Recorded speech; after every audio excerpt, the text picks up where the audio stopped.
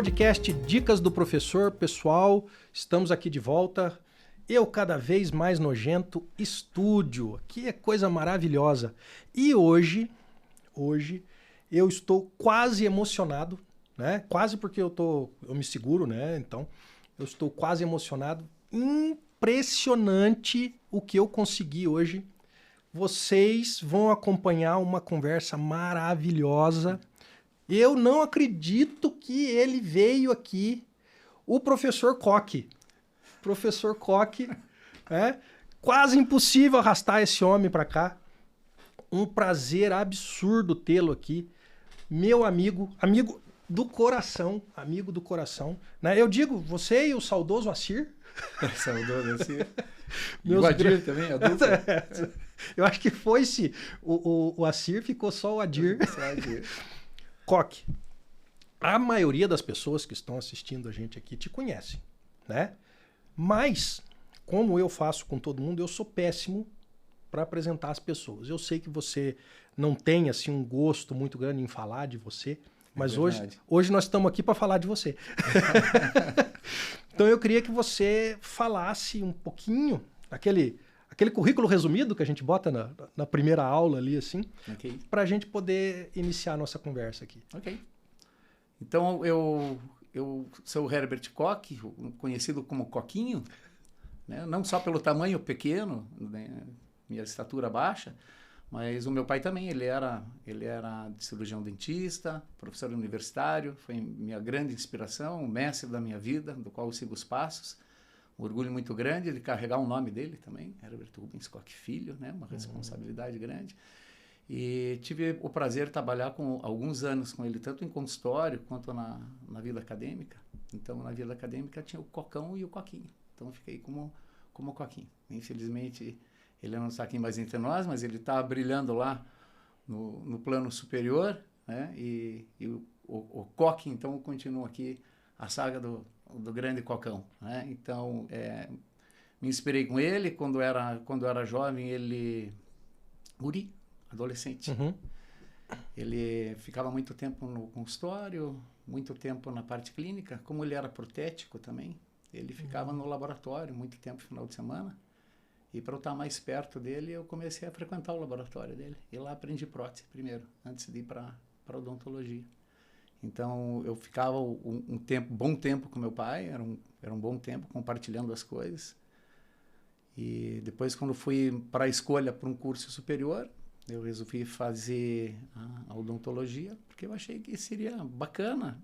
Como eu já estava no ramo, a gente vai se dar conta mais tarde, né, do que a gente vai fazer. O que eu vou fazer da minha vida? Puxa vida, vou trabalhar com aquilo o resto da vida. Então, para mim, era uma brincadeira, era uma coisa bacana que eu já tinha de relação com o meu pai e foi muito prazeroso. Foi tranquilo escolher a odontologia, foi tranquilo entrar na odontologia. Tive a honra de ser aluno dele também. E a odontologia me deu tudo que eu pude conquistar e de alegria na vida. Principalmente a questão do magistério, que sempre foi minha praia. Depois eu conto essa história da questão do magistério. Mas trouxe também a minha esposa, que eu conheci na academia também. Então, minha família toda está relacionada com a odontologia e com a vida acadêmica. Né? Então, eu tenho essa parte da técnica de laboratório. Na época que eu me formei, as especializações só eram permitidas para o pessoal que já tivesse 2 anos de conselho. Então, Você... Agora eu vou começar as perguntas, assim. Tá. Vai dentro do assunto, assim. Você se formou em que ano? Me formei em 1990. 90. E daí, para entrar na academia, já em seguida, eu precisava de especialização em didática do ensino superior. Eles não aceitavam mais ninguém na academia sem ter especialização em didática. Nossa. Então, eu fiz a especialização em didática, foi a minha primeira. Depois, fomos aí buscando o pioneirismo na odontogeriatria. Meu pai sempre foi um guru para mim. Ele falou, filho, o mundo, a parte dos idosos está crescendo. Você vai herdar os pacientes do pai também. Seria legal você ter um conhecimento a mais para você ter algo a mais a oferecer para os seus pacientes. Então, eu comecei a entrar nesse mundo da geriatria, né, da gerontologia, e acabei me apaixonando e por ali fui. Né? Então, na época de fazer o mestrado e doutorado, não tinha dentro da área. E o professor Samuel Moisés e a professora Simone Moisés me ofertaram a possibilidade de fazer uma linha de gerontologia dentro da saúde coletiva. Então, fui fazer o meu mestrado e doutorado na saúde coletiva, mas o meu foco foi dentro da gerontologia. Veja que o meu raciocínio agora estava indo para outro lado, porque você falou do teu pai ser protético e dentista e você começar a trabalhar no laboratório. Eu achei que a parte da prótese seria a parte que iria absorver essa parte da geriatria, gerontologia, né? Uhum. E aí, realmente, totalmente 100% lógico a saúde coletiva, né? Isso não passou pela minha cabeça e é lógico. Porque eu gosto de trabalhar com o ser humano, né? Trabalhar com populações. Então, dentro dessa proposta, por exemplo, eu tenho uma habilidade manual que eu acho bacana. Não acho assim uma coisa expert, mas a minha habilidade manual eu acho que é bacana. Eu sempre gostei bastante de desenhar, desde pequeno eu esculpia. Então, por exemplo, eu ia para aula no cursinho. O pessoal que fez cursinho aqui comigo vai lembrar, né? Nós tínhamos aula com um professor maravilhoso de química, que era o professor Otto. Eu peguei cera, utilidade, no consultório do meu pai, e a gente ia para aula e eu fazia a escultura do professor Otto e dava para os amigos. A aula do professor Otto. Então, eu já tinha essa habilidade em relação à parte manual e fui adquirindo isso por causa da parte dos laboratórios, né? E também fazia alguma coisa para o pai foi soltando um pouquinho de grana, faz isso aqui para mim, você vai receber esse dinheirinho e tal. Eu, então, ganhava para fazer uma moldeirinha individual, fui criando uma independência. Então, o meu passo a passo foi bem nesse sentido.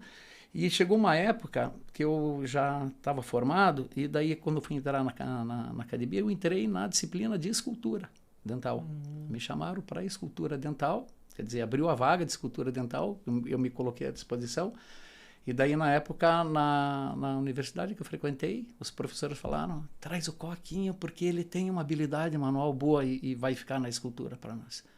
Então, foi aí que eu abri as portas da universidade, foram pela anatomia dental e pela escultura dental. Depois eu fui lentamente galgando aí para a área da prótese, né? Mas sempre voltando para a parte dos pacientes mais idosos, até que um dia um protético, grande amigo meu, assim como você, um irmão que Deus não coloca como irmão de sangue, mas é irmão na emoção, né?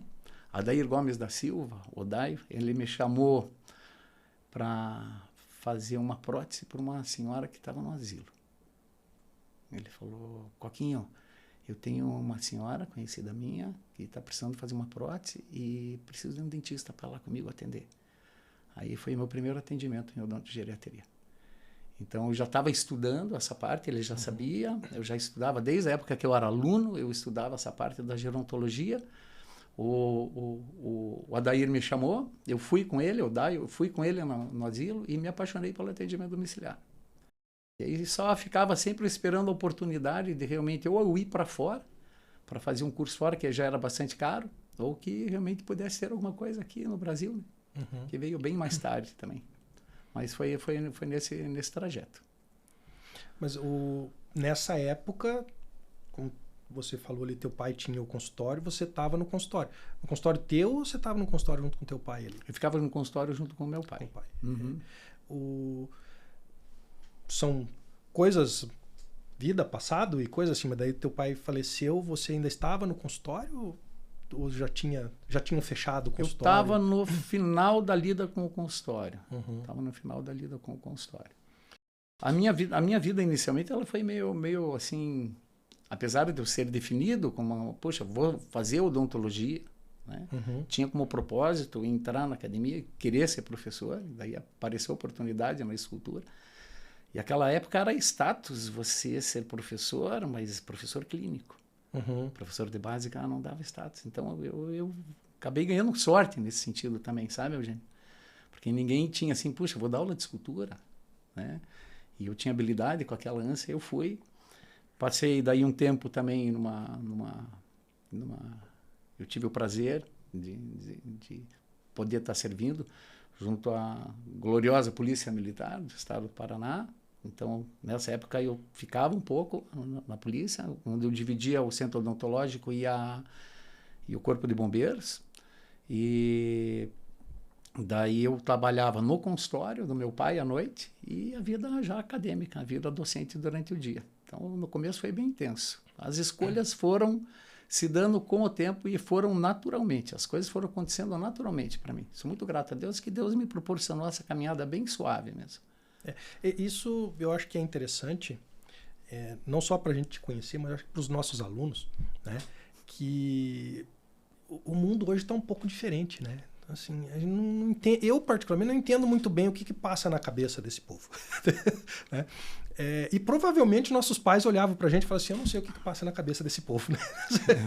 Mas é uma coisa um pouco natural a gente se formar e querer trabalhar e começar a abraçar, né? E depois a gente ir drenando, né? Filtrando e deixar aquilo que realmente é a nossa essência, né?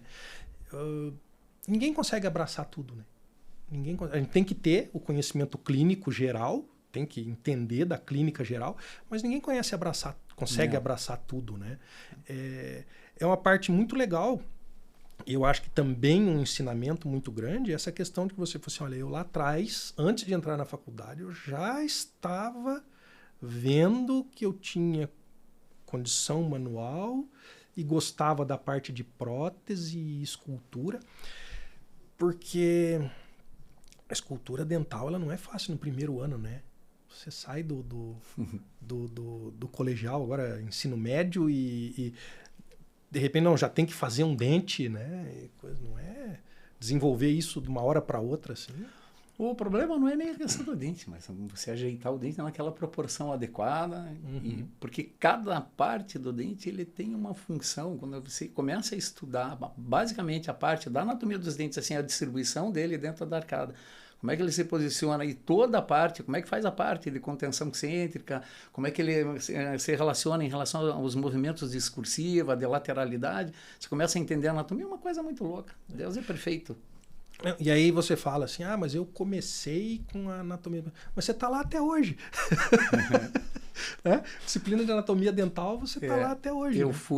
Daí, na verdade, eu entrei pela anatomia dental, depois, naturalmente, eu fui para a prótese total, que é dentro da área da odontologia, é a minha grande paixão, a prótese total.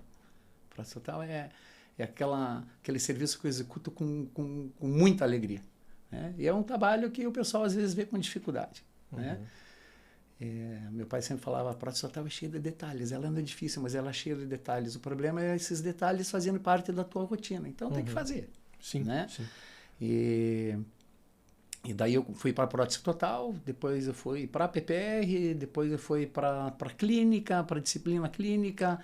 Daí na disciplina clínica, então, eu já explorei um outro lado também, que eu tinha uma habilidade boa ali para a restauração, então já me exploraram também dentro da parte da dentística, explorar no bom sentido, sim, não de sim. explorar, né? Já veio a explorar os potenciais nesse sentido, e daí conforme eu fui acompanhando essa vida acadêmica e vendo a população, eu fui me interessando cada vez mais para levar a odontologia a esta mundo. Fui me interessando para a parte levar a odontologia da academia para fora. E fazer isso de uma maneira legal com os alunos, porque os alunos eles têm aquele olhar, aquela alegria de poder produzir esse tipo de trabalho de uma maneira bacana. Que às vezes a gente acaba se tornando uma rotina de consultório, a gente acaba fechando no nosso mundo e muitas vezes a gente acaba esquecendo esse lado e o aluno faz isso com muita maestria. O aluno às vezes nos inspira.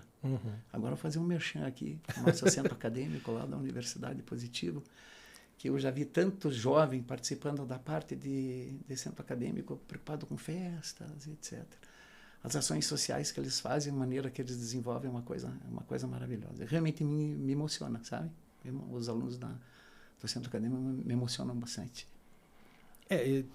Você tem uma participação ativa ali dentro do centro acadêmico da Positivo, né? Isso a gente... Eu comecei agora, na verdade, né? Eu já te vi muito ali sim, eu vou mais pela questão da conversa com os alunos, né? Tem pessoas que têm essa parte da gestão em relação ali ao centro acadêmico já de anos. E conduzem esse maneira legal. Inclusive o Acir trabalhou dentro de uma gestão do centro acadêmico. Sim. E talvez até acho que por causa do Acir eu acabei me aproximando um pouco mais. Deixa eu fazer um adendo aqui. Porque você foi professor de uma pessoa muito importante para mim, que foi o Edgar. Sério? O Edgar? Sim, o Edgar era da turma da minha esposa. Então, foi uma pessoa muito importante para mim. O Edgar, você foi professor dele. E você né, muito amigo do saudoso Acir, né? E não adianta, se não vier aqui, eu não vou parar de falar saudoso Acir. É verdade, ele tem que vir.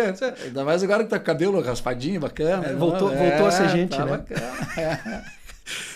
Eu posso falar porque o podcast é meu. Entendi. Aí falam assim, né? O saudoso Acir, o que aconteceu? Eu falo assim, passou dessa para melhor, né?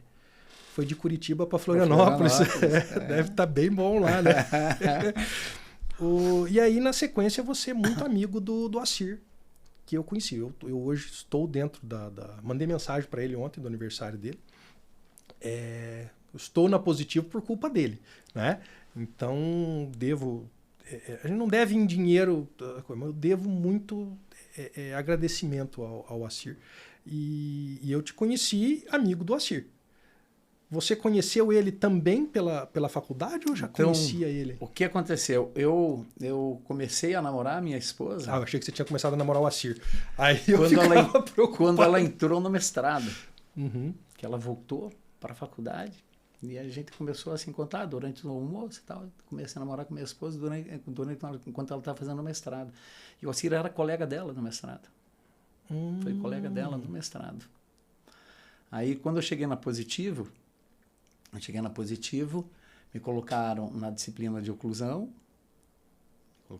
Que ano que você entrou na Positivo? Para a clínica em 2019. Me colocaram na clínica, na ESC, e na odontogeriatria tinha uma professora, uma excelente professora e um ser humano fantástico, a professora Maitê. E ela se mudou de cidade e meu sonho era trabalhar na odontogeriatria já junto com a professora Maitê. De repente ela saiu e a odontogeriatria da Positivo caiu para mim, né? E daí, para não ficar sozinho, colocaram o Acir comigo. E o Acir me conhecia por causa da minha esposa. Baita de um cara, gente boa, um estomatologista sensacional, né? E caiu muito bem dentro da parte da proposta que tinha dentro da disciplina, e foi aquele negócio. Você sabe como é que é. Ele é encantador, né? Ele é uma pessoa encantadora, ele cativa as pessoas de uma maneira bem fácil, e não é por menos, ele é o mérito dele, né? É o jeito dele. E depois ficava ele, o professor João Zilac, né? E depois, com o tempo, você entrou. Foi no último semestre que tivemos a odontogeriatria da Positivo. E daí você veio para essa equipe fantástica, que passamos também com a professora Milena, que está na Itália hoje. Mas passamos...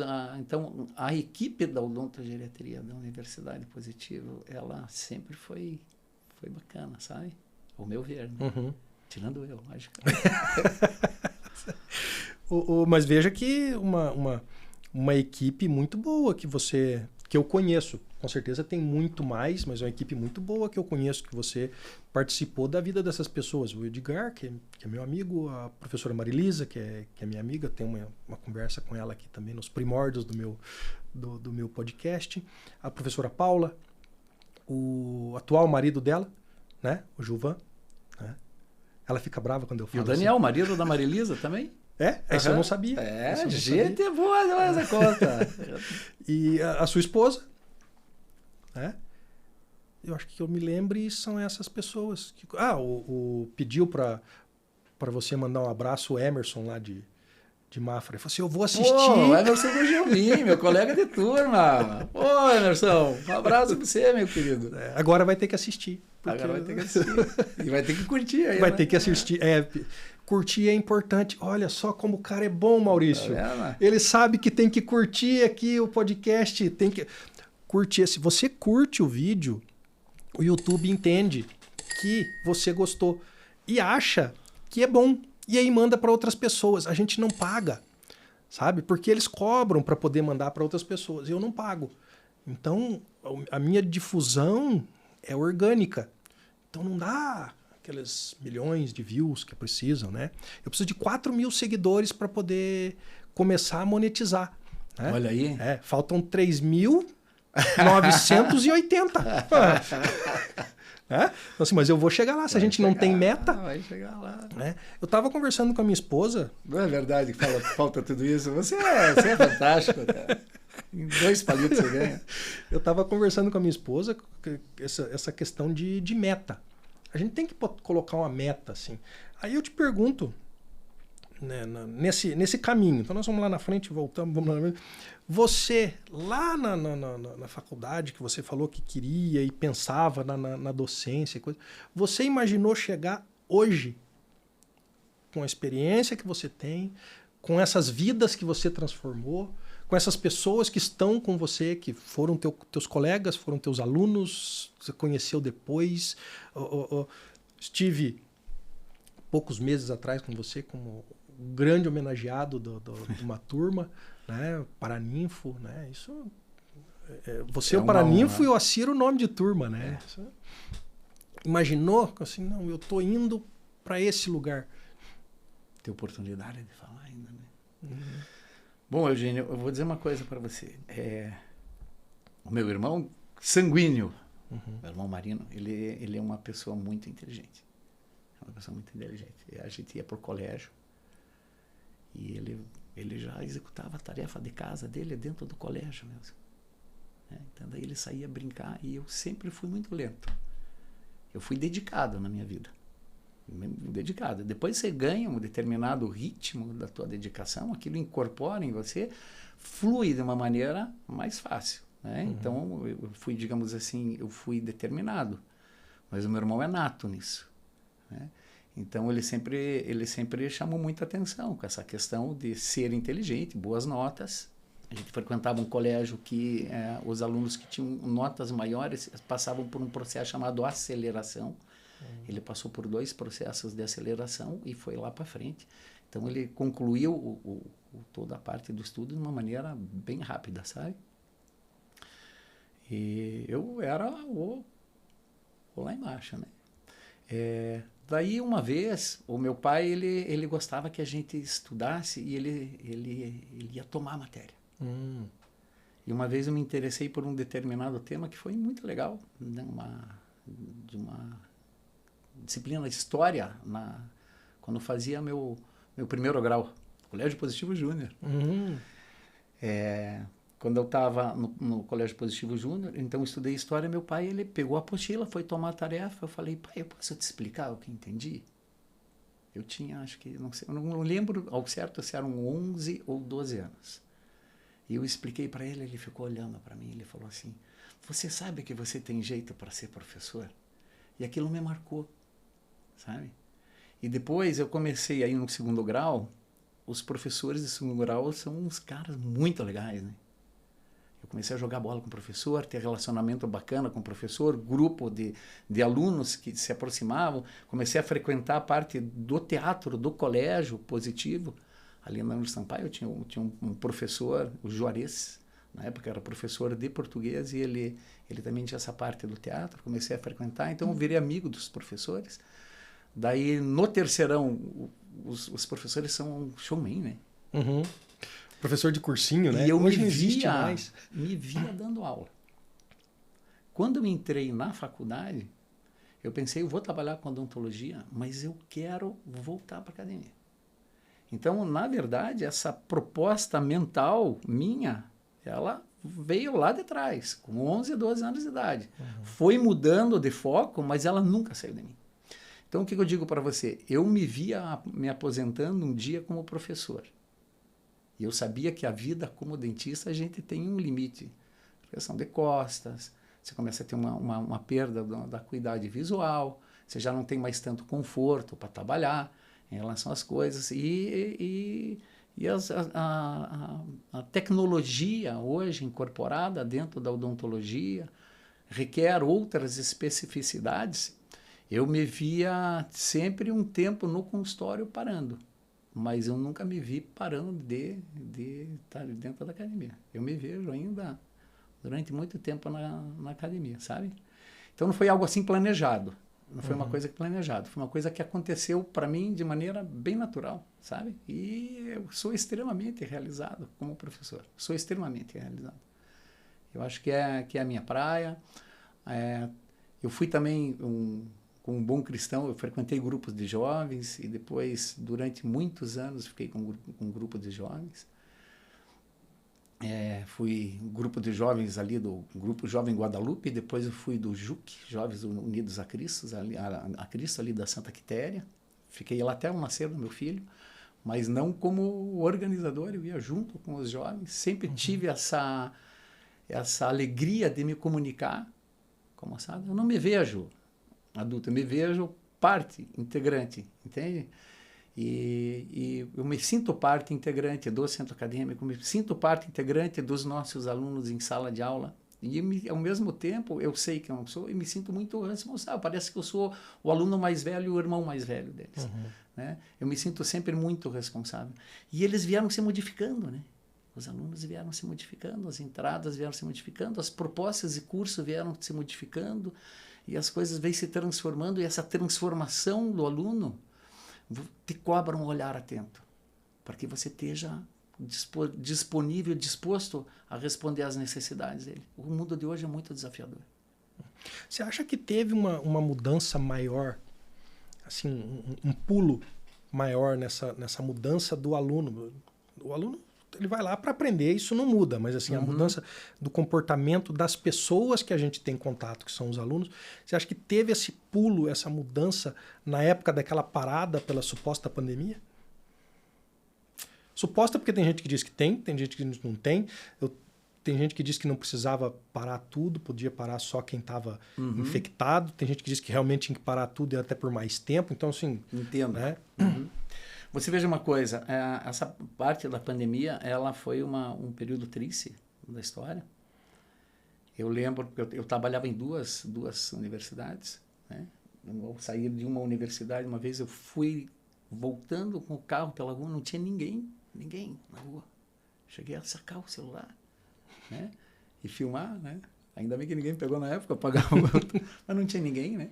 Filmando, fiquei desesperado, não tinha ninguém na rua.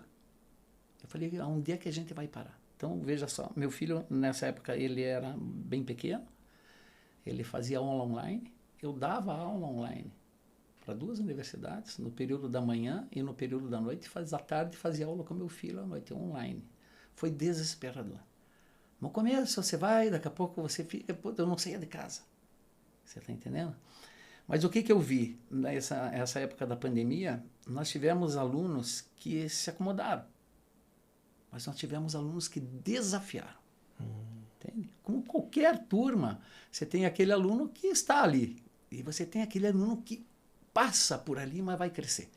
Não é verdade? Então, o que eu percebi depois, no final da pandemia, que aquelas turmas que estavam na pandemia, existiram pessoas se lamentando, como sempre. Puxa, estive na pandemia e deixei de frequentar tal coisa, tal, mas teve gente que inovou, desafiou e deu um salto muito grande.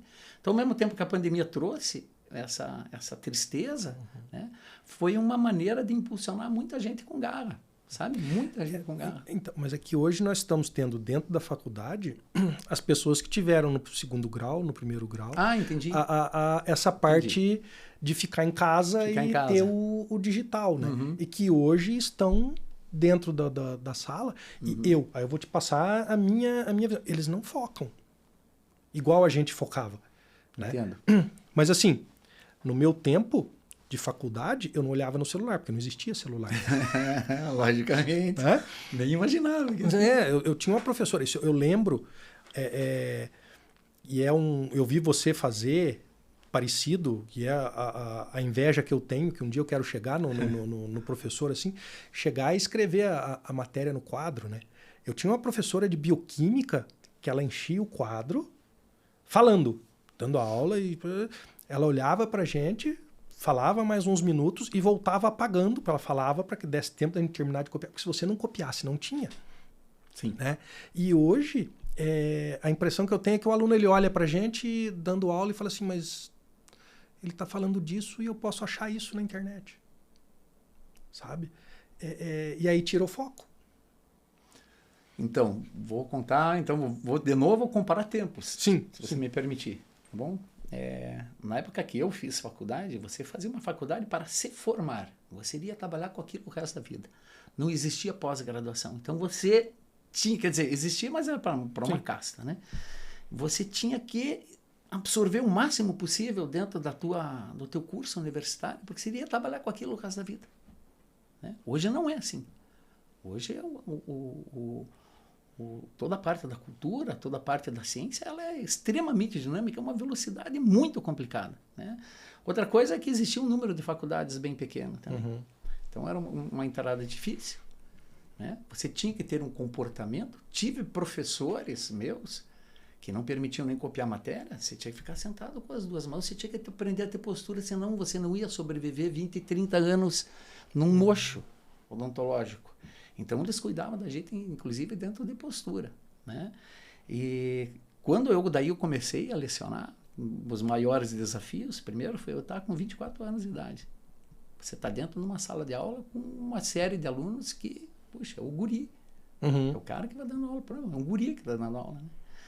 Mas eu lembro que o pessoal falava bastante, porque quando eu ia fazer, por exemplo, um incisivo, uma aula do incisivo, eu desenhava um trapézio. Você pode perguntar para o Edgar. Eu falei, aqui está o trapézio, esse lado é maior que esse, eu apagava, eu ia construindo e eu desenhava, passava a matéria no quadro e ia transformando um trapézio num desenho. Cheguei a dar aula de anatomia, passei a anatomia com desenho no quadro, passei a quadro escrevendo, uhum. E tinha que desenhar a minha letra, porque minha letra é horrorosa. Mas naquela época, no quadro, ela não era tão ruim assim. Né? Depois veio os slides. Né? Vieram os slides. E os slides para ter era de imagem, mas não tinha os slides teóricos. O slide era caro? Caro. E quando você, às vezes, fotografava um caso, você perdia uma ou duas fotografias, você perdia todo o caso para poder passar. Então, nesse ponto, né, tinha a herança do pai, também, uhum. Nesse sentido. Da prótese, e depois veio aí uma série de inovações tecnológicas. Né? Hoje você carrega uma questão de uma sala de aula no pendrive, hoje você salva no teu telefone celular, abre no WhatsApp web, uhum. Você coloca dentro do sistema da universidade, abre ali no sistema da universidade, nem chamada, hoje é feita tudo de maneira digital, né? E os alunos eles têm esse acesso. Mas o que eu vejo hoje, e fico assim bastante solidário, na verdade, a velocidade de informação que eles têm é muito grande. Então, eles têm um pouquinho de dificuldade que na época a gente tinha que absorver e guardar. Hoje eles não podem guardar por muito tempo, porque daqui a pouco aquela coisa não é mais. Então, eles estão numa rotina de pegar informação, processar rapidamente, executar e buscar uma nova informação muito rápido. Talvez esse seja o grande desafio da gente como docente hoje, tentar fazer eles gravarem um pouco, mas o necessário, porque não adianta preservar muito, porque lá na frente eles vão precisar de um conhecimento novo. Né? É desafiador. E o que é mais desafiador hoje, dentro de sala de aula, é a inteligência artificial, que vem para um lado muito bom, né? E, de novo, é uma oportunidade muito legal, aquele cara da pandemia que vai pegar essa tecnologia e crescer. E vai favorecer aquele cara que só quer estar lá por estar. Né? Aquele que vai estar ou aquele que vai passar pela academia. É complicado isso, né? É complicado. E a acessibilidade, ela se tornou também uma acessibilidade à graduação, e aí você tem oportunidade de entrar na graduação para ver se é isso que você quer, né? Não que esteja errado, né? Sim. Assim, pensa, eu entrei na faculdade com 17 anos. Mas com 17 anos, 16 anos, eu falei assim, o que você vai fazer da vida? Eu falei assim, pô, vou almoçar na casa da avó amanhã. Não. Daqui 30 anos você vai estar fazendo o quê? Eu falei assim, a avó não vai fazer almoço? Né? Você entrou cedo na faculdade, né? Eu entrei com 17. Menino de tudo. Foi. Maturidade já para definir o que queria cedo. Então, eu não tive chance de escolher, né? Eu tinha o meu avô, minha mãe, meu pai, os tios, todo mundo dentista, né? Então, você ia para Alfenas ou você ia fazer odontologia ou farmácia. Eu fui fazer odontologia. Eu ia chegar nesse ponto com você. Eu comentei com a minha mãe aqui. nós nos formamos na mesma faculdade. Meu avô se formou na faculdade, na EFOA, né? Escola de Farmácia e Odontologia de Alfenas. O meu pai se formou, meu avô foi professor do meu pai. A minha mãe, na sequência também, meu avô foi professor dela. E eu me formei, mas meu avô já tinha se aposentado, mas ele estava vivo. Então nós fomos a primeira família no Brasil que se formaram as 3 gerações na mesma faculdade, estando todos vivos. Tem uma menina que registrou isso oficialmente, mas o avô dela já tinha morrido, né? E aí eu pergunto para você, pela tua história e coisa, o teu pai foi teu professor, mas você se formou na mesma faculdade que ele? Não. O meu pai, ele quando ele fez faculdade, a história do meu pai, ela se confunde assim com um momento muito triste da vida dele, porque ele era de Mafra. E o meu opa, né, ele tinha ficado doente, se deslocaram para Curitiba para questão de tratamento, daí veio, ficou um ida e volta, etc. E ele queria fazer área de saúde, né? E na época, você entrava na faculdade de medicina. Uhum. Né? Quando você chegava perto do 3º ano, você tinha uma proposta de continuar com a medicina ou você podia optar pela odontologia num curso de 3 anos. E ele falou assim que ele tinha se apaixonado já pela parte da área da cabeça do pescoço. Então ele não é o dentista frustrado. E ele falou outra coisa que me levou foi a necessidade de eu concluir meus estudos mais rápido também. Mas na faculdade... O curso dele, o diploma dele é cirurgião dentista da Faculdade de Medicina da Universidade Federal do Paraná. Esse é o título dele. Mas ele, quando entrou na faculdade, já tinha o curso de prótese? Daí o que aconteceu, na verdade? Ele começou a trabalhar com odontologia e ele conheceu algumas pessoas que faziam prótese e ele foi aprender a fazer prótese. E na faculdade, ele teve alguns professores catedráticos naquela época, aqueles professores catedráticos faziam pesquisa e ele queria se aproximar para aprender a fazer dentadura. E o pessoal falava assim para ele, então é o seguinte, você fica aqui com a gente, só olhando, não podia abrir a boca, e você, no final, você limpa o laboratório para nós. Aí eles ficavam fazendo pesquisa, tal, ele falava, varri laboratório, limpei bancada, providenciei material, mas eu estava ali, atento. E ao mesmo tempo, como ele não teve dinheiro para montar o consultório, ele tinha um motorzinho de pedalar ainda, ele colocava um motorzinho de pedalar numa bicicleta e ia para as regiões metropolitanas, para arrancar dente e fazer dentadura.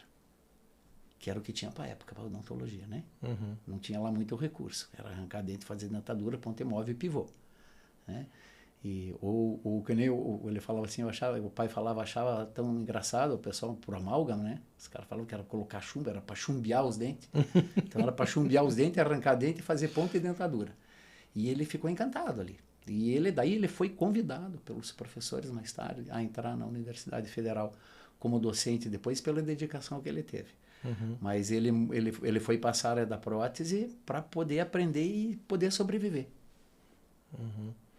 Então ele foi professor da Federal também, então? Ele foi professor da Federal e fundador de uma outra universidade. Poxa vida. É. Lá de Mafra. Olha só. Ele lá de Mafra. Lá de Mafra. Ele sempre brincava, eu sou da capital de Santa Catarina, do interior de Santa Catarina. Esse água, o que você está tomando aí? Eu tive aqui a gentileza de um amigo meu que me presenteou com um maravilhoso copo, mas acabou que gostaria de um cafezinho quente. Vou pegar um café. Maurício, um cafezinho, a propaganda do estúdio, um cafezinho pra gente aqui. Um cafezinho.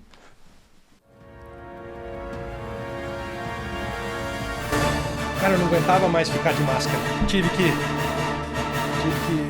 tirar a máscara e vim aqui a paisana mesmo, assim, para poder... Eu não acredito que o professor Eugênio revelou a verdadeira identidade do Batman. O verdadeiro Batman não é Bruce Wayne. O verdadeiro Batman é Eugênio Costa. I'm Batman. Excelente, excelente. Aí chega um cara na faculdade, né? Mestrado, doutorado, 4 especializações, vira para você e fala assim, amanhã eu vou vir de Batman. E vai. Maravilhoso. Quando é que você viu isso na faculdade? Isso é a degradação do ensino superior, não é não? Muito pelo contrário. E esse tipo de coisa que você tem essa vibe bacana. Os alunos são testemunha disso. Você tem o feeling da brincadeira no momento bacana. Uma brincadeira que marca. Você vai marcar para sempre. Nossos alunos fotografavam você, faziam aquelas montagens. Quando se apareceu o The Batman, a primeira vez, puxa, aquilo foi maravilhoso. Eu tenho um amigo meu, de Longuariza Filho. Ele tem o palavrão na ponta da língua, mas não soa como coisa ruim. Ele é capaz de realizar algumas brincadeiras, o palavrão sai naturalmente, mas não soa mal. E você tem esse dom de você brincar e ficar marcado e não ser exagerado. Não fica caricato para você. É de você, essa brincadeira. As pessoas te respeitam pelo valor que você tem como professor, pela tua competência técnica, como ser humano fantástico que você é, mas as pessoas sabem da tua brincadeira e entram na tua brincadeira. Isso é lindo, cara. Tomara que saibam da brincadeira. Mas aí, você está com quantos anos de docência? 30? 36. Agora, dia 1º de setembro. 36 anos. Eu comemorando 25 anos de hospital. Mas aí, 36 anos dentro de uma sala de aula, dando aula, ensinando os alunos, passando odontologia para os alunos. E eu também acredito que, apesar de toda a mudança que aconteceu na vida, na odontologia, nas pessoas, eles ainda têm muito respeito. Né? E eu vejo que os alunos gostam de você, mas te respeitam. Mas aí você dando aula e vem uma aluna e pergunta assim, mas o seu nome é Valdemar? E o mais bacana dessa história do Valdemar é que a pessoa que criou a personagem Valdemar fez uma questão de prova com o Valdemar Koch ainda, né? Para quem não sabe, um dia eu tava dando aula numa outra disciplina e uma moça... Anatomia uma aluna, dental. Ela chegou para mim e falou assim, professor Valdemar? Eu falei, mas meu nome não é Valdemar. Ela, como não é Valdemar? Eu falei, não é Valdemar, não. Quem falou que eu sou Valdemar? O professor Eugênio. Falou que teu nome é Valdemar Koch. Eu falei, então eu sou Valdemar Koch, então. E daí você começou a me chamar de Valdemar. Tem gente que acha que meu nome é Valdemar, né? Então tem mais um apelido aí na vida. Mas porque o Coquinho todo mundo conhece, né? O Valdemar é uma exclusividade nossa. Você sabe que existem... você veja uma coisa, Eugênio. Herbert Rubens, agora pela pronúncia alemã, Koch, filho. Né? Ou Herbert Rubens Koch, portuguesado, filho. Eu fui Herbert a minha vida inteira e morava na Cândido Hartmann. Se põe com 5, 6 anos de idade. Então, era o Herbert Rubens, daí tinha o Rubens, que era o pai, e o Rubinho. Então, eu era o Rubinho, não era o Barrichello, mas eu era o Rubinho, entendeu? E no colégio, eu não queria ser o Inho, né? O Rubinho. Então, no colégio, chega uma hora que você tem que, né? Adolescência e tal. E eu jogava handball, fui do time do Positivo, e joguei em alguns clubes handball, né? Tive que abandonar depois para você entrar na academia e mas eu tinha uma história bem legal com o handball também. E no handball eu conheci de pulga. Tem uns... Acho que o próprio Emerson fala, mas o Purga. Na faculdade, como então o Pulga ele vem do grupo de jovens, o grupo ele vem de um nicho de amigos meus, né? Ali da parte esportiva, da época da faculdade, é o Pulga. Né? O Rubinho é em casa. Eu sou o Rubinho em casa. Para minha mãe, para meu irmão, para os meus sobrinhos, né? Para o meu filho é o pai, né? A própria Luísa, né? Poxa, é o Binho. Então eu sou o Rubinho. Então o Koch eu sou na faculdade. Da maneira como me chama, eu localizo. Sabe de onde veio. Eu sei de onde que vem. Eu fui tudo menos Herbert. Né? Apesar de ser Herbert. Mas não se preocupe, eu fui Eugênio a vida inteira. Pensa, nasci com 60 anos. Mas toda essa questão assim da sala de aula, querer estar na sala de aula, aí você falou uma coisa que eu não conhecia mesmo, não sabia, essa questão da disciplina de docência. Até me esqueci o nome agora. Didática do ensino superior. Didática do ensino superior. Pô, isso é foda, né? E aí, 2 anos para poder fazer uma especialização. Mas a didática você não precisava 2 anos. A didática você podia entrar direto na didática, desde que você tivesse iniciado ou pretendendo uma carreira docente. Ah, tá. E aí depois você foi para especialização, mestrado, e daí o mestrado que você fez nessa parte voltada para saúde pública. Coletiva. Saúde coletiva. Daí eu fiz na área voltada para a parte da gerontologia. E você veja que coisa engraçada, a minha dissertação de mestrado, ela verificou o conhecimento que os alunos das universidades de Curitiba, dos cursos de odontologia que tinha em Curitiba, eram só 4, tinha em relação à parte do envelhecimento humano. Ficou tudo pareado. Né? Ficou tudo muito pareado e basicamente se confundiu com a percepção humana em relação à parte do envelhecimento. Né? Então não tinha nada dentro da academia que falasse especificamente sobre a população idosa. População envelhecendo no mundo inteiro, e no Brasil uma velocidade muito mais rápida. Característica do envelhecimento populacional brasileiro é um envelhecimento intenso, rápido e intenso. Cada vez mais número dentro da população, causando um aumento percentual dos idosos. 5%, 10%, 15%. Então, tem uma tendência de atingir. Os alunos hoje, eles vão se formar e vão encontrar com muita facilidade pacientes idosos na frente. E precisa entender essa pessoa que tem necessidades diferentes, que trazem condições diferentes.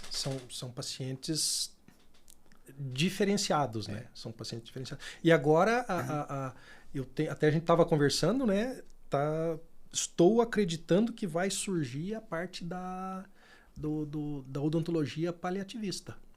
Eu estou acreditando muito nisso, né? Eu estou em agosto de 2026 agora com o 2º simpósio de odontologia hospitalar em Mafra e já estou pensando em alguns projetos para estudo voltado para essa parte. Porque a gente faz estudo em UTI, né? Eu tenho em andamento 2 estudos em UTI. Nós estamos para iniciar um novo estudo ano que vem em UTI. E a UTI é interessante por conta das patologias, né? Mas eu acho que ajuda nessa questão do estudo do paliativismo, isso. E a pessoa vivendo por mais tempo, Eugênio, ele começa a ter as alterações crônico-degenerativas, né? Os órgãos, aparelhos, sistemas, eles vão evoluindo. É natural que você tenha uma série de limitações, uma pessoa mais exacerbada, outras pessoas passando de maneira mais desapercebida, conforme a pessoa teve a sua juventude e o seu cuidado durante a sua fase madura. Diz que você era cheinho quando mais jovem, bastante, né? Cheinho, bastante cheinho. E daí o lidar com essa pessoa era um furo acadêmico. Hoje os cursos de odontologia já tem aí a disciplina de odontologia do idoso, né? Então é importante, mas era um furo acadêmico. Na época do mestrado detectei isso, né? E no meu doutorado eu trabalhei com preconceito etário. Nossa. Né? Por quê? Eu estava uma vez na antiga universidade, que eu trabalhava só lá, tinha os prontuários de atendimento clínico para o pessoal do último semestre. E dentro de uma turma, tinha um rapaz muito alegre, bastante dinâmico. Ele era até um excelente aluno, né? E ele era um líder da turma. E ele quis ajudar ali a dinâmica da clínica, pegou os prontuários e foi até a porta da sala de espera, né? E começou a chamar, fulano, o paciente vinha, ele entregava o prontuário e para o colega que estava do lado, ele estava distribuindo os prontuários para os colegas. Daí ele falou assim, fulano de tal, levantou um senhor. E daí ele pegou e falou assim, vem aqui você, você vai ficar com esse, que eu não vou atender velho, que velho é muito chato. Ele falou, e eu peguei ele falando isso. E ele era um cara bacana. Eu falei assim, puxa, se um cara bacana percebe o cidadão idoso dessa forma, aquilo me deu um despertar para trabalhar com a parte do preconceito etário, porque o preconceito etário, às vezes, ele está relacionado na saúde, na oferta do trabalho. Aí eu fui trabalhar essa dimensão do preconceito etário no meu doutorado. Graças a Deus, para odontologia, em Curitiba, não deu nada. O preconceito etário. Só esse rapaz. Era só esse rapaz. Só esse rapaz. É. Mas aí no doutorado você ainda estava no consultório ou já tinha? Sim. Ainda estava no consultório? Sim. E nessa... Aí até a gente estava conversando antes. Nessa evolução dos estudos. Tá. Né? Faculdade... Aí sair da faculdade, graduação, né? Especialização, mestrado e doutorado. Você acha que no teu clínico, no teu consultório, no dia a dia ali, fez a diferença você... A especialização faz muita diferença. Sabe? A especialização faz muita diferença. O mestrado, ele te abre a mente para uma outra área. Uhum. Tem aquele ditado, né? Quanto mais específico você está dentro de uma área, mais dentro daquela área você está e perde o resto, né? Uhum. Mas assim, o mestrado, ele te abre a possibilidade, é o início da tua pesquisa científica. Você começa a entender os processos, como é que as coisas da ciência vão funcionando para você poder aplicar dentro do teu consultório. E é importante para você enquanto sala de aula. Mestre, é o maestro, é o maestro da sala de aula. É o título do mestre, né? Essa aqui eu vou agradecer aí essa chamada atenção o professor Denis. O professor Denis sempre falava, o título de mestre é para o professor em sala de aula. O professor doutor é o pesquisador. É o doutor em pesquisa. Né? E o doutorado depois ele vai te levar a um nível, uma complexidade maior em relação à parte da pesquisa, poder orientar uma pessoa dentro do mestrado, no doutorado, né? Que a gente sabe bem que precisa qualidades tipo a professora Marilisa, né? Que é uma pessoa fora da curva de tão competente e dedicada que é dentro dessa área. Né? Não me vejo numa pós-graduação, eu não tenho essa habilidade, a minha habilidade sempre foi palco. Sempre foi palco. Então, novamente, as coisas vieram acontecendo para mim naturalmente, entende? A minha única coisa que eu me programei para ser dentista, porque não foi fácil passar no vestibular naquela época. Pois é, nós somos de uma época que se fazia vestibular, né? Eu quando fiz, já estava mais fácil, eram 35 por vaga. E era uma entrada por ano. Não passou aquele ano, 35, amarga um cursinho de novo. E aí você viajava ao país, se você quisesse, né? Fazendo vestibulares, né? Para aquela faculdade que você escolhia. É verdade. Eu fui a 3 lugares diferentes fazer vestibular. Acabei que fiz em Alfenas mesmo, onde a família fez. Né? 35 por vaga. Facilita muito, né? Eu tive um colega na Polícia Militar, o Diomar, ele tinha 3 filhas. As 3 dentistas. Uma entrou numa faculdade particular, a mais velha, que casou com um dentista lá. A do meio passou em Ponta Grossa, na Universidade Estadual de Ponta Grossa, mas daí ele tinha que manter ela lá. E a mais nova depois também na Universidade Particular. Ele teve as 3 em período de faculdade. Né? E ele, quietão sempre, né? Falava, daí, Gilmar, quietão. Ele, cara, eu tenho 3 filhas, cara. As 3 conversam, a gente não conversa com ninguém. Brincadeira. Não, ele realmente teve 3 filhas durante o período de faculdade e a gente sabe que a odontologia, se a filha dele, que passou em Ponta Grossa, não passou aqui, ou não lembro se passou aqui, ou quis uma universidade que fosse pública, mas era um custo muito alto o curso de odontologia, né, gente? Tirando essa alusão, né? ao Diomar, um abraço pro Diomar, né? E o curso de odontologia era um curso muito caro para se manter de mensalidade e material. Então, isso o aluno não tem muita vou dizer, não tem muita noção antes de começar a cursar. As listas são necessárias. São necessárias. As listas são necessárias, né? Não tem... E você tem que comprar o material. Como é que você vai fazer sem ter o material? Né? E não tem condição da faculdade de fornecer o material todo. Isso a gente também entende, né? Que não tem como. Mas você sai com o consultório pronto. Eu tinha um amigo meu, ele corria o campeonato de marcas de automobilismo, né? Ele falava assim, tem que ter grana para correr. Tem que ter oficina, peça, manutenção, tal, não sei o quê. Não adianta você falar, cara, eu quero correr. Na verdade, a odontologia ela é um curso que tem uma lista de material que é necessária. Sim. E que agarra. As universidades ainda, e algumas ainda, dão material de consumo, o que é uma baita de uma mão na roda. Uma baita de uma mão na roda. Mas não são todas. Não são todas. Não. Né? Quando você tem que comprar até teu material de consumo, se torna complicado, se torna mais caro. Né? Então, mas depois quando você vai para o seu consultório, você tem que comprar tudo isso também. Né? É verdade.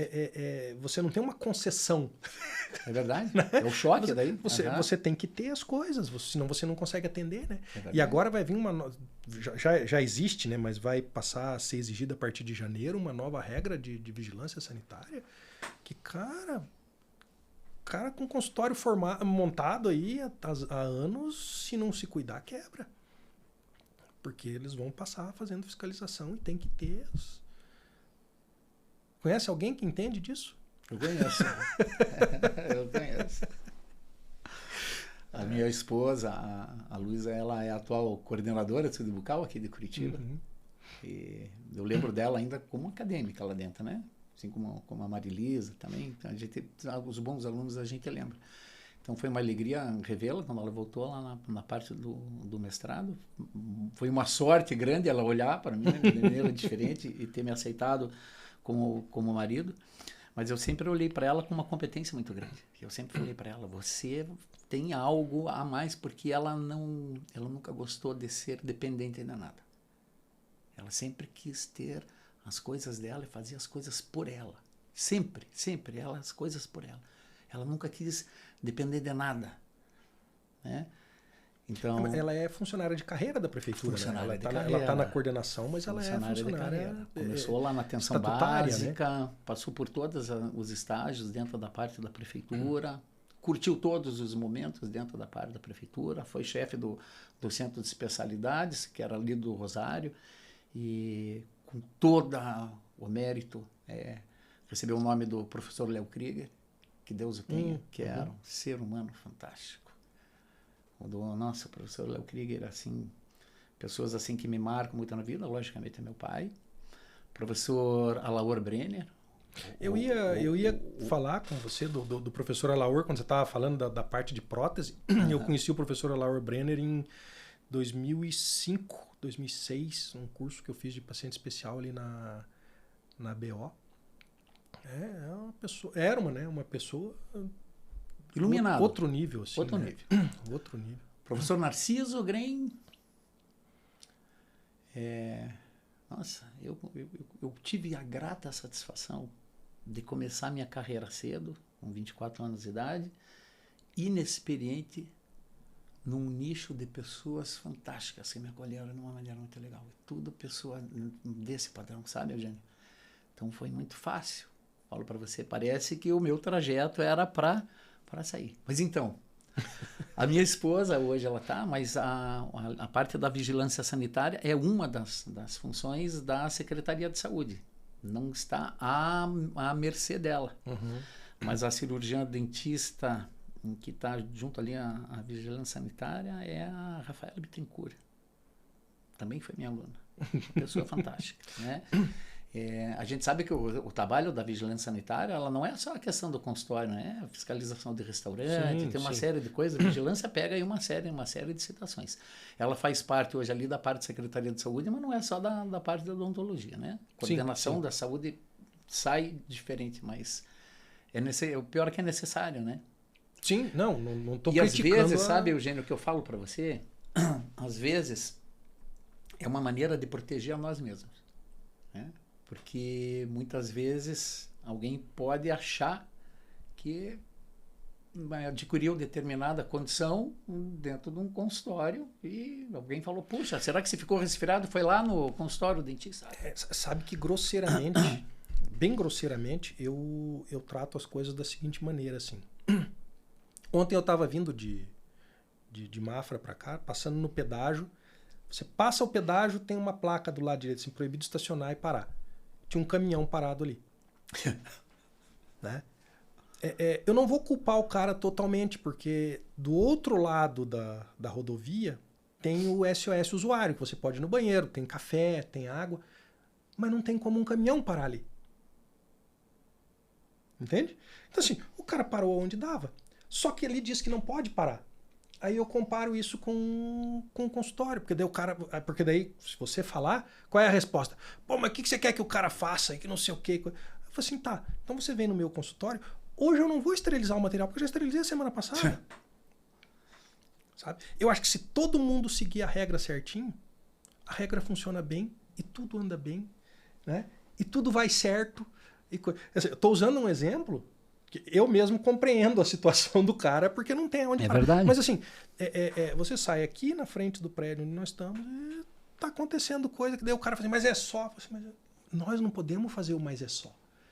E aí a gente está inserido nessa sociedade, né? Mas é só, né? Curitiba tinha uma campanha muito bonita do estacionamento para deficiente, né? É só um minutinho, né? Não é só um minutinho. A vaga não é tua, né? Então, assim,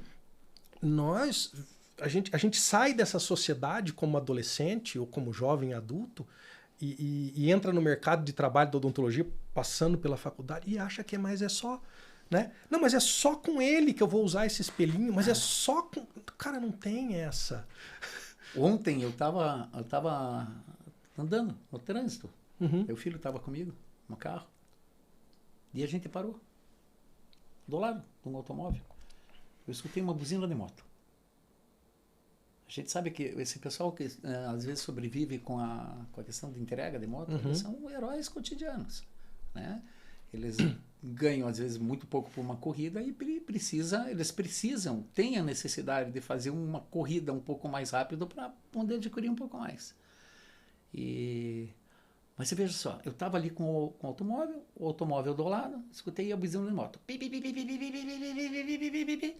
Aí eu peguei e olhei pelo retrovisor, do lado direito aqui do passageiro, eu estava certinho na faixa, e o carro que estava do meu lado, era uma senhora, estava um pouquinho mais para o lado esquerdo. E o camarada não passava no meio. Só que é proibido passar na faixa. É proibido passar no meio. Entende?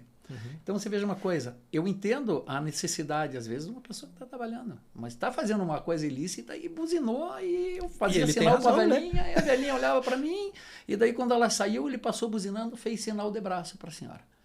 Eu falei, não está certo, né? Então, e tem outra, que daí a gente joga a praga nele, ao contrário, ele vai ficar velho, né?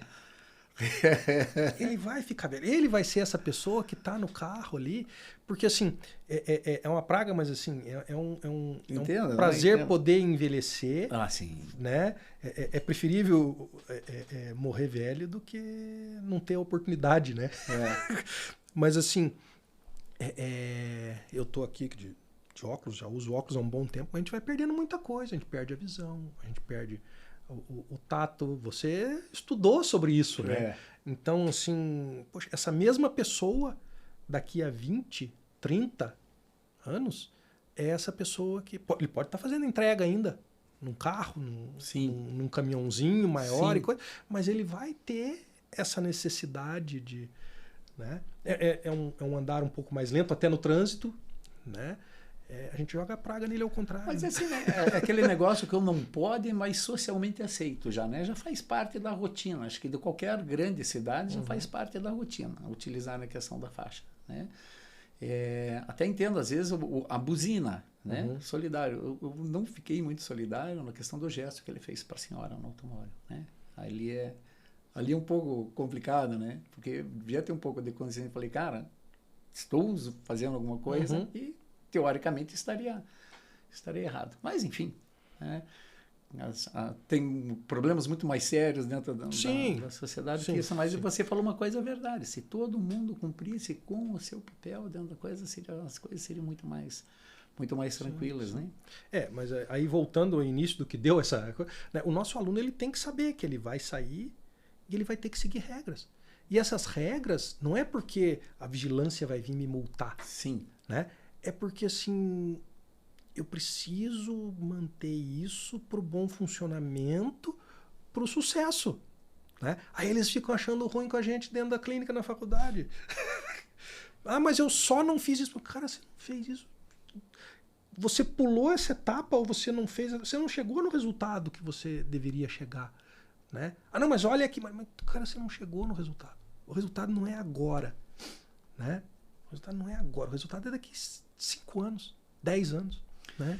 Então, esse professor que eu falei para você, que ele pediu para a gente ficar assim, na cadeira, porque teria que ter postura, você teria que ter uma condição para você trabalhar por mais tempo, né? Ele tinha toda essa questão. Ele falava assim, o hábito que você adquire na faculdade é aquele hábito que você vai levar para o resto da tua vida. Se você relaxar agora, você vai ser relaxado o resto da vida. E o que acontece é que às vezes a pessoa não se percebe é que nosso paciente, ele está deitado ou supinado, ou ele pode estar sentado na cadeira, e você está com a cabeça para realizar um procedimento ou para servir aquela pessoa que está ali na cadeira, você desfoca, você sai para aquele mundo para poder ser resolutivo, né, e você esquece que o cara não está apagado. Não é verdade? Você esquece que o cara não está apagado. Então, por exemplo, às vezes eu falo, por exemplo, muitas vezes aquela decepção, às vezes, de você abrir um trabalho protético que não veio da maneira que você queria, né? Então, às vezes o paciente está sentado na cadeira, o aluno recebe aquele trabalho protético, olha pro colega dele do lado e fala, pô, olha o que o cara fez. E depois, o paciente ouviu e ele quer convencer que o paciente estava bom. Não está bom. Não é verdade? O cara sabe que não está bom. Então, né? E esse tipo de coisas, esse tipo de minúcia é importante. É importante o aluno saber se portar no dia a dia, porque vai levar esse vício lá para fora, saber conversar. Né? Então, a postura clínica, ela é muito importante. Ela tem que ser treinada. Eu estou tendo muito problema na especialização com essa questão do aluno tratar o paciente como paciente e não como um manequim. Sabe? Eu cheguei a ficar impressionado. Assim, porque não esperava. Dentistas, colegas formados, tratar o paciente como um manequim. Você tá para estudar, mas você não tá... É uma pessoa, né? E a gente trabalha com saúde, né? A saúde... Aí, isso eu queria te perguntar. Eu tenho um questionamento muito grande para mim mesmo, assim, porque eu acho que a odontologia é uma profissão muito solitária. Nós agora estamos, você há mais tempo, mas nós estamos numa área da odontologia que é maravilhosamente sociável, né? Tem uma professora lá da pós, gosto muito dela, que ela fala, Eugênio, eu quero ficar aqui, porque aqui eu me sinto jovem, eu estou com os jovens. É verdade. Né? Mas eu acho a odontologia uma profissão muito solitária. Você vê gente o dia inteiro, mas ninguém conversa com você, né? Mas ela já foi mais solitária, gente. Eu, quando eu me formei, você veja, meu pai trabalhou sozinho a vida inteira. Ele era o secretário, ele era o dentista, ele era o auxiliar.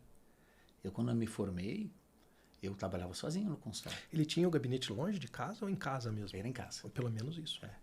Quando ele construiu a casa, ele construiu a parte inferior da casa, como se fosse um sobradão, né?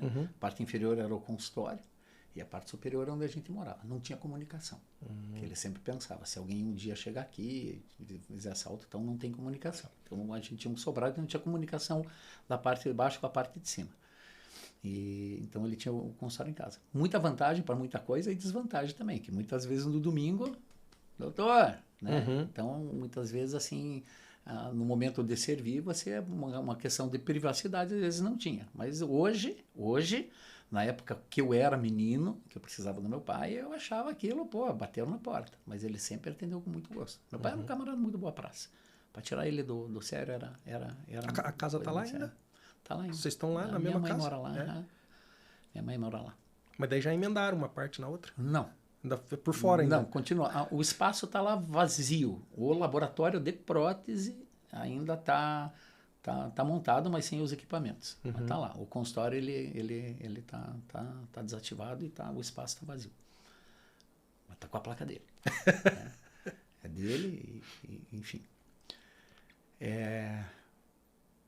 Agora já dei uma fugida. Opa, é a hora de colocar aqui, ó. Isso é problema que nós temos na cabeça, assim, a gente esquece, a gente fala, às vezes, coisa que não deve, e daí é a hora que sobe a plaquinha aqui do Inluz, sabe, Maurício? Sobe o Inluz aqui, né? Que é a hora que eu faço propaganda. Você falou da tua esposa, eu faço a propaganda da minha esposa. Lógico, aí.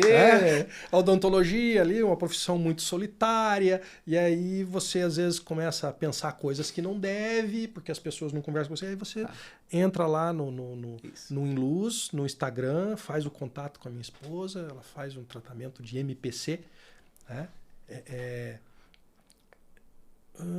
Procurando cicatrizes. Eu não sei o que é o M. Procurando cicatrizes. O meu melhor patrocínio é o dela. Aqui no podcast. Entendi. Assim, o que ela te dá? Ela me dá autorização para vir. É uma figura. Mas a gente tava falando dessa questão do trabalho sozinho, não sozinho. Então, Eugênio, eu no começo, cara, eu era sozinho no consultório, sabe? Então, eu gostava muito de ir para academia, justamente, você trabalhava com mais gente, tinha os alunos e tal, né? Dentro do próprio hospital lá da polícia, no corpo de bombeiro, então tinha auxiliar. Né? E você começa a despertar, puxa, você tem auxiliar. Né? E a gente vai vendo que hoje não se faz odontologia a duas mãos, que nem se fazia antigamente. As coisas evoluíram, as necessidades são outras, toda a exigência que tem hoje, questão de isolamento, deixar tudo preparado é impossível. Um camarada render bem trabalhando a duas mãos. A gente atendia, lavava o material e colocava na estufa. A estufa, exatamente. É impossível hoje. Fazer asepsia, de equipamento, levantar outro paciente, fazer asepsia, ir lá, recepcionar, fazer orientação, voltar e estar disponível para atender outra pessoa. Se for fazer hoje sozinho, o dentista ele não sobrevive. Não tem como trabalhar sozinho. Não tem. Essa é uma dica boa para quem está na faculdade ali ainda, né? Você vai pensar numa estrutura, né, em que você vai precisar de um auxiliar dentro da tua sala, você precisa realmente de uma pessoa lá. Hoje a IA pode fazer o atendimento de agendamento. Sim. Você precisa de uma pessoa na recepção, né? Não tem como, realmente não tem como sozinho. Né? Você sabe que até o atendimento domiciliar hoje não é impossível você realizar sozinho. Você tem que ter uma pessoa dando suporte. Principalmente atendimento domiciliar, mais ainda do que do consultório. E agora, né, os equipamentos, pelo menos, estão melhores para o atendimento domiciliar. Poxa, né? Nem fale. Eu acho que você devia fazer um estudo sobre isso. Vai sair alguma coisa bonita aí em breve, hein? Vai sair alguma coisa bonita em breve. Fez banca lá na primeira etapa. O professor Eugênio fez considerações muito importantes aí com o TCC, que eu estou orientando lá na universidade com as alunas a respeito de atendimento domiciliar. Vamos deixar aí para o final do ano essa surpresa, para o comecinho do ano que vem. Eu estou esperando o painel do simpósio lá. Aí esse vai sair. Eu estou esperando o painel. Vai sair. Eu queria fazer um agradecimento aqui a uma colega nossa, doutora Fanny Jitomirski. Ela foi uma das pioneiras no atendimento domiciliar e ela tinha na época ela teve um equipamento portátil elétrico. Foi um dos primeiros aqui produzido aqui no Brasil. Se não foi o primeiro, né? E é da Dia Express. Não sei se estou fazendo merchandising. Eu não conheço a marca, né? então. Mas ela é um ser humano fantástico, sabe? E agora que você falou dos equipamentos domiciliares, você vendo a questão das evoluções, das coisas, eu lembrei lá dos primórdios, porque eu vi a odontogeriatria nascer, né? Eu vi como é que ela veio se formando. Conheço quase todos os odontogeriatras que fizeram parte do movimento para a odontogeriatria nascer. Fazer aqui É difícil, às vezes, você fala nome que você acaba esquecendo de alguém, mas eu não posso deixar de falar do professor Rui Fonseca Brunetti, que Deus o tenha, e do Fernando Brunetti Montenegro, lá de professor de São Paulo, e não posso deixar de falar aqui da professora Rosângela Pironti de Castro, lá de Ponta Grossa, que fazem parte da história da criação da odontogeriatria, né? E da professora Daniele Neves também, que foi a pessoa que foi fazer o curso lá fora, no exterior, e trouxe know-how para muita gente aí da odontogeriatria. Então, essas pessoas eu tinha aqui. Quando você falou do equipamento domiciliar, roubei esse teu espaço aqui para falar sobre eles. Não, mas isso é bom para gente conhecer. Eu particularmente não tinha esse conhecimento, mas eu vejo assim que o Paraná está sempre fornecendo bons nomes para a odontologia, né? É uma pena, no meu ponto de vista, a mudança que aconteceu no Congresso do Paraná.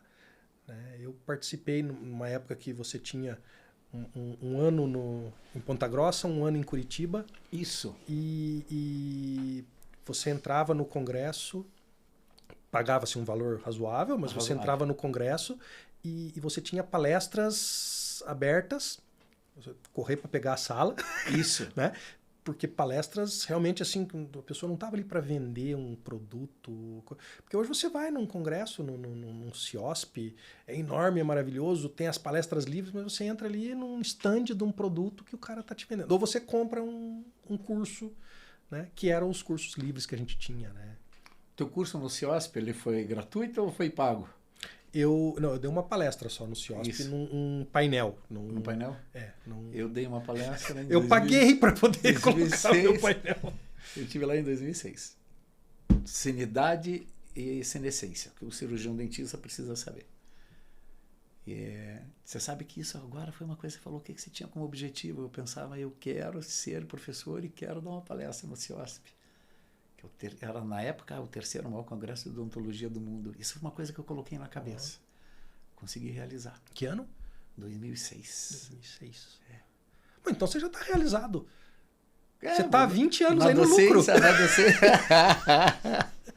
Na docência tem muita coisa ainda para realizar, acompanhar muita coisa. Tive alunos, já dei aula para filhos de alunos que já se formaram.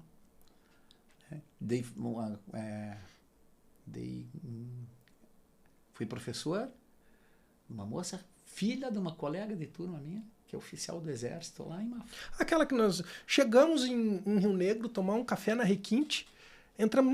Não é aquela, é uma outra. Aquela de Mafra. Mas nós entramos, vamos aqui tomar um café antes da palestra. Foi dar uma palestra. Tenente Bárbara. Uma pessoa... Professor Coque. Falei assim, mas meu Deus. Tenente Bárbara. Meu filho era recém-nascido e eu fui paraninfo da turma. Meu filho era recém-nascido. Eles fizeram uma festa muito grande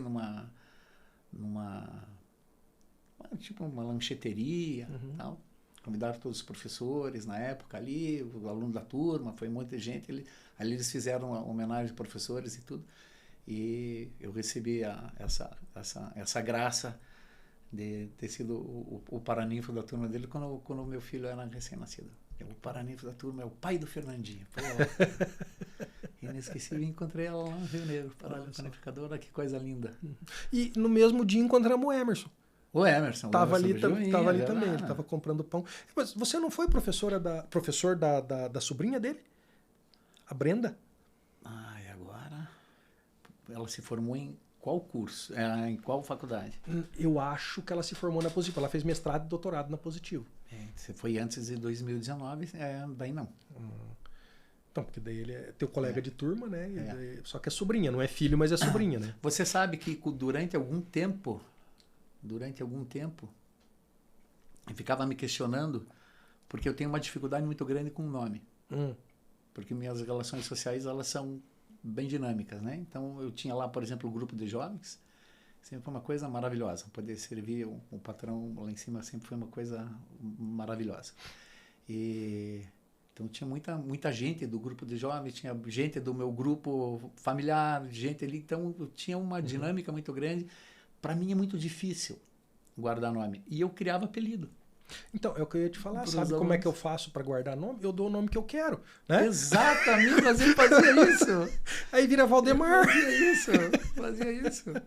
Eu tenho um ex-aluno da especialização, que tenho muito prazer de ter ele hoje como membro da minha equipe. Eu tô muito nojento. Eu fiz agora camisa e gorro, equipe professor Eugênio. Eu não quero ganhar, eu quero comprar. Aí eu fiquei muito triste no segundo plantão dele. Eu fiquei muito triste que eu descobri que o nome dele era Denis.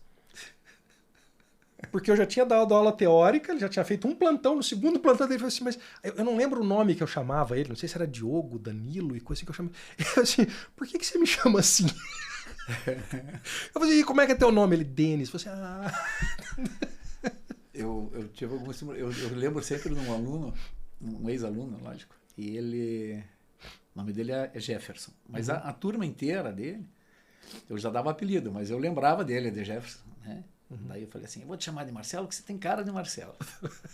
Aí ficava, e pegou a dinâmica, né? O professor chamou o cara pelo nome, então não sei o quê, Marcelo, eu encontrei ele na rua uma vez. Ele, e daí, Coquinha? Eu falei, e daí, Jefferson? Eu falei, não, eu sou o Marcelo. Eu falei, o Marcelo. Legal, cara. Bacana essa dinâmica, né? Essa relação, essas coisas com alunos são maravilhosas. Eu estava na porta do centro cirúrgico agora, no inverno, de blusa e frio. E aí tem um professor, eu não pedi para falar o nome dele, então eu não vou falar o nome dele, mas ele é professor da área da periodontia, dá aula na Universidade Positivo, é muito sério ele, trabalha no Exército atualmente. Eu sei. Né? Não vou dizer quem Tenente. Eu não vou dizer FR. Me ensinou muito. Quando eu entrei no centro cirúrgico da Universidade Positivo, como no doutorado, ele me ensinou muita coisa. A gente tem que estar aberto para aprender, né? A gente tem que estar aberto. Mas agora esses dias estava frio, e eu de blusa e coisa, e os alunos não podem começar o procedimento enquanto não chega um professor, né? Eu passei a porta de vidro, vestido com a roupa normal da rua, de jaqueta e coisa. Aí os alunos... Peraí, aquela primeira que dá acesso aos vestiários. Sim. Passei ali e daí os alunos... Professor, não vai entrar. Eu falei assim, não, tá muito frio para trocar de roupa. Não, mas precisa de um professor aqui dentro. Eu tô aqui dentro. Mas é claro que eles estavam entendendo que eu não estava ali. Aí passou um, me pegou, abriu minha blusa, foi me levando e falou, não, você pode começar a trocar de roupa. Então assim, a gente dá essa... A pessoa que entende e que brinca, você leva a brincadeira. Tem um aluno do último ano agora, que eu adoro ele, tá meu orientado de TCC também, é da polícia, né? Aí às vezes João. Às vezes eu mando para ele algumas mensagens assim, coisa, ele fala assim, eu te prendo. Né? Mas assim, quando você abre e você brinca e não perde o respeito, né? Eu acho que isso faz parte do sucesso. O Batman, o aluno ele fica esperando durante a aula aonde vai aparecer o Batman. E fica atento na tua aula. Sim, ele fica esperando qual slide que vai ter o Batman. Aonde que vai vir aquela piada sem graça. Mas só que isso é teu, Eugênio, isso não é forçado. Tem gente que faz forçado. Quando o camarada ele faz forçado, que não é da identidade dele,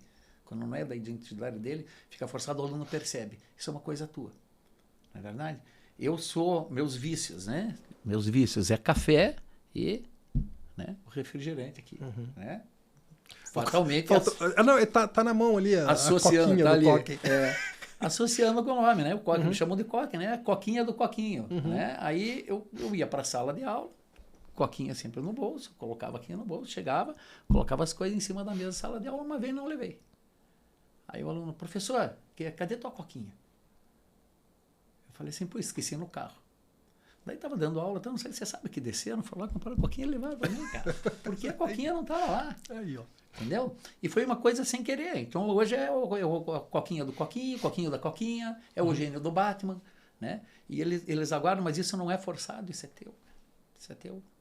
E esse tipo de professor é o que a academia precisa hoje. Você ter um relacionamento legal com o aluno. E ao mesmo tempo que você tem esse relacionamento legal, que você seja exemplo. Você é um excelente exemplo para os alunos. Tua formação, a maneira que você conduz, tua seriedade de você trabalhar dentro da academia, tua capacidade de você lidar com os pacientes dentro do centro cirúrgico, tudo o que você faz dentro da parte do centro cirúrgico, você é um espelho para o aluno. O aluno sabe reconhecer isso. E quando você se torna acessível na brincadeira, você é um professor maravilhoso, cara. Pois é. Os alunos chegam no centro cirúrgico, não, eu vou fazer esse procedimento aqui, porque daí o coque está esperando lá. Assim, poxa, o coque está esperando lá. Né? Então, assim, o exemplo, eu agradeço, porque você é um exemplo. Para falar que eu sou um exemplo, eu fico muito grato. Imagine, que é isso. Então, para mim, na minha visão, né? De colega de trabalho, não fui teu aluno, mas é um exemplo de sucesso. Né? Tua vida, a tua carreira, para mim, é um exemplo de sucesso. Né? Eu ia te perguntar sobre os teus ídolos, você colocou isso, né? Não valia o teu pai nem o Assir, né? Mas você colocou bem aí da parte que você estudou, e eu acho que isso é extremamente importante. A gente está sempre vendo alguém e perseguindo, não a pessoa, mas a ideia e acrescentar. Né?